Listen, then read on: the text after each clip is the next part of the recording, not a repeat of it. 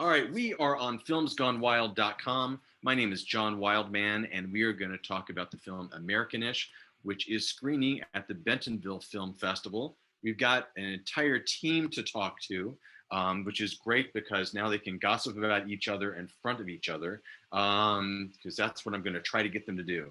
I'm kidding, but first, let's introduce our audience to the film, and they have not had a chance to see it as yet. So Iman, why don't you take the honors and tell us about Americanish? Hi, everyone. Thanks for having us. So Americanish is a story about three American Muslim Pakistani women living love, life, and career in New York City. And it's the first American Muslim rom-com made by American Muslim women about American Muslim women. So we're very excited about playing at Bentonville. Fantastic. And before we go any further, let's introduce the rest of our players. We have, well, in fact, you guys introduce. Paul, why don't you go first? Hey, I'm Paul Seetachitt. I'm one of the producers of Americanish, and that is my intro. Isn't that great?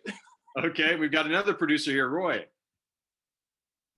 I'm going to steal Paul's line and say that I'm also one of the producers in the film, a proud supporter of Americanish and a believer of the mission. Okay, and Aiza. Hi, I'm Aiza Fatima, and I am one of the actors and also one of the writers of this film.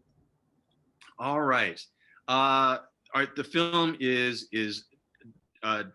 delightful beyond belief. It is truly just a joy to watch, and I mean, it's fun. And obviously it's a romantic comedy. It should be fun, But it's funny because I was talking to Dev about this film, Dev, who's handling the technical chores for us today, and I was saying that the film, it's, romantic comedies are what they are, and we have tropes that we're working with. We have things, expectations as an audience. We go, if you give us this guy, then he's got to do this. He's got to be bad. Or you give us this woman, then she's got to have a hurdle to overcome. We know this. And yet, the way that a movie transcends that is oftentimes through how we're being led through that journey, combined with our performances. So I'm going to start, Iman, with you talking about mapping this out, and then we're going to get to someone who had a hand in the writing as well. But let's start off with you, because you're balancing characters. And you're balancing stories that we need to pay attention to. We need to give a damn about all three women here. So tell us about the challenges in doing that. Yeah, thank you so much for the kind words. It means so much to us. Rom-coms are a big part of my childhood and my love. And then the 1980s rom-coms in particular are like kind of what I kind of use my tone from. And we don't have many of those these days, right? And so I really wanted to take that, which we really need now, this feel-good type of film and feeling, and bring it into 2020, 2021. And we worked on this film for a very, very long time, and we wanted to show Muslim women that we never see before, that have been in these typical type of roles of being docile, oppressed, and whatnot, and then bring them into these regular everyday roles. So that was really number one, is important. And then furthermore, we wanted to show different Muslim women, friends of ours, right? So these four different Muslim women, if you include the mother as well, and how they are in the American landscape. And it was extremely challenging to do that. And Aiza can speak more about it as the lead writer, and this is from her play Dirty Packy Lingerie. And so we really wanted to show the layers of each character. And then also, we're dealing with so many themes: racism, women in the workplace, family, sisterhood, all of these ideas. And it was a big challenge for us to kind of bring it in, but also have the feel-good tone. So, you know, if we pulled a little bit too dramatic, I would always want it to pull back. And if we pulled a little bit too funny, you know, Aiza would want to pull it back. So it was a really big balancing. And this is the reason why it took us 4 years to make, is like, 'cause we knew the importance of this story to be told and to be representative of these women's stories. And Aiza, I think you should speak a bit more about the process. Yeah. Well, actually, let me jump in really quick, Aiza, before you start, because what I would really love for you to talk about achieving the nuance, because again, you know, we have expectations with these different characters, but one of the opportunities you guys, all of you have with Americanish, which I think you achieve, is giving us a detailed, nuanced portrait of all four women, you know, and that starts with the writing, and you know, and finishes with the performance. But you know, but talk about your headspace in making sure that all of you got it right. You know what I mean? Yeah, thank you so much for that question. I mean, I think for me, it was never a question of getting it right per se, but it was a question of getting it real. So you know, look, I can only write from my own experience, right? And honestly, it's just like, as a writer, when you're writing, you're putting a little piece of your soul in every single character that you create, you know? And I think that's why oftentimes for writers, it's like very hard to like, the whole process can be very hard because it really is little pieces of your soul, you know? So it's so lovely to hear from you, and that this resonated with you. You know, I don't know if you're quite our target audience, but it's so great that you know what I mean? Because it's Muslim women's stories, but I know that my characters are always universal. I mean, these characters, anything I've ever written, the feedback is always like, oh my God, I was so surprised. The characters are so appealing and universal. I was like, well, I wasn't surprised, because, you know, this is real.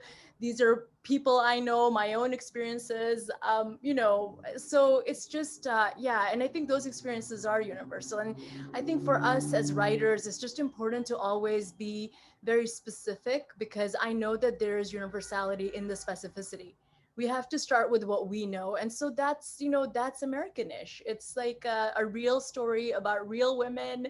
And yeah, and I'm so happy to hear that it resonates. Well, you know, and you know, and not to get more braggy, because I know you all of you hate it when people just praise your movie over and over. But you know, but that's the thing also, is that, you know, I'm a genre No, we guy. don't. Actually, John, we love it. So continue. Yeah, but you know, I'm a genre guy, so this is not naturally in my wheelhouse. And you know, and I was also talking to my wife about it last night after I saw it, and I said, you know, this is not a movie that I'm running to the multiplex to see. I go, but I loved it, and that is the beauty of a film like this. You go, yes, you have, you know, you're going to have your typical romantic comedy people that are going to be there, hell or high water. But if you can draw in me, then boy, you've won, right? Well, So I like to think it's also for intelligent men also who are politically aware, which clearly you are. So all the other intelligent men out there who are politically aware should definitely come and see Americanish. well played, Aiza. Well played. Yes, I will continue to praise this and give Iman all kinds of attention on the red carpet tomorrow. All right, so let's finish with and hear from the producers, because producers never get to talk about this shit. Let's talk about the realities of making this movie. And one, you know, financially, getting someone to trust that you know that this is a movie that they should be putting money into. And then let's also talk about the on the ground challenges. I would like both of you to take one each. One of you take about that financial hurdle to get over, and then the other take on the question of, you know, on the ground, what was the biggest pain in the ass in making this thing happen? Who gets financial? Paul, do you want to take it, or should I? I don't. Why don't you take financial? I'll take on the ground. Okay. Well, we have to tell the truth, because a film like this cannot be financed so easily. And I wanted for the record to be known that all four of us are actually producers. So that should be definitely known by all filmmakers. And that's also out of necessity, and that's really important to mention. If an American Muslim woman doesn't push for a mission like that and doesn't invite people from their own community to fund a film like this, and please correct me if I'm wrong, Iman and Aiza, the entire film, I'm happy about it, but I also feel a bit guilty about it, that it was entirely funded by American Muslims. And that is kind of a lost opportunity for a lot of financing bodies, financing opportunities, a lot of grants, and any programming opportunities that provide funding for a project like this, that in order to make a film like this, you need to go back to the community itself. And right there presents a massive, massive problem.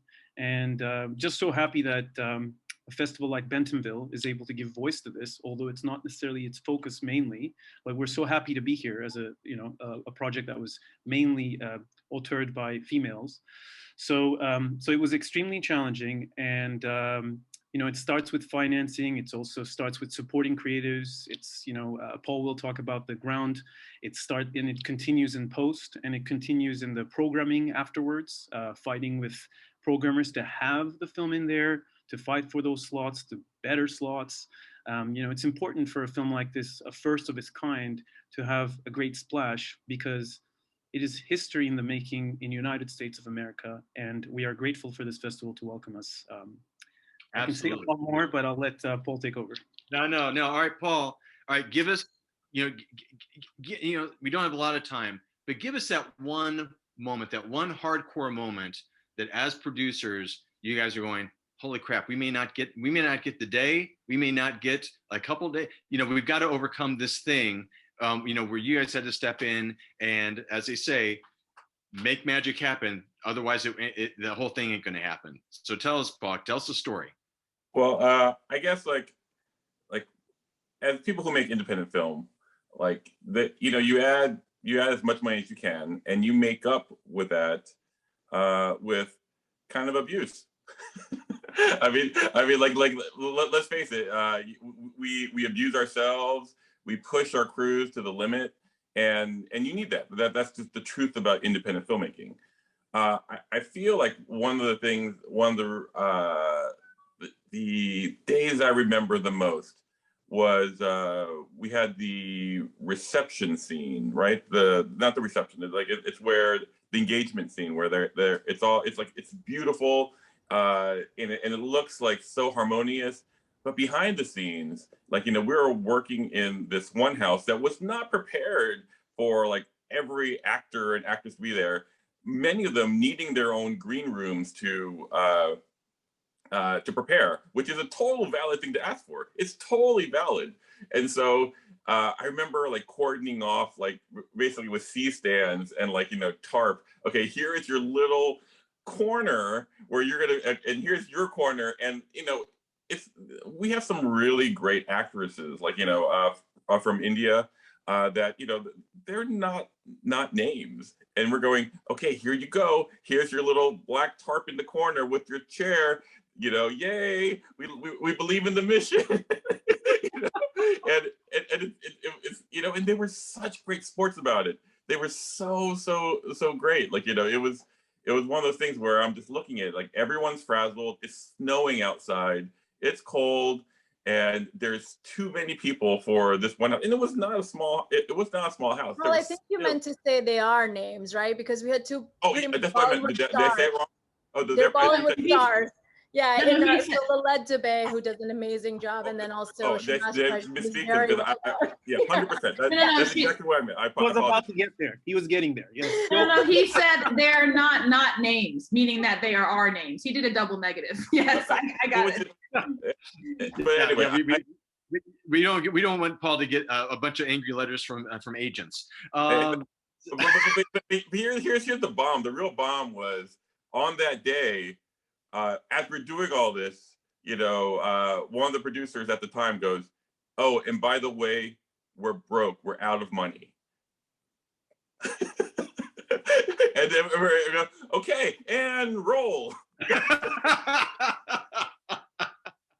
Well, thank goodness you were able to roll. Thank goodness you were able to find that money. Again, the film is Americanish. We've been talking to Iman, Paul, Roy, Aiza. The film is screening at Bentonville Film Festival. Congratulations on the film. It's been wonderful meeting all of you. Thank you so much. Thank you so much for having us.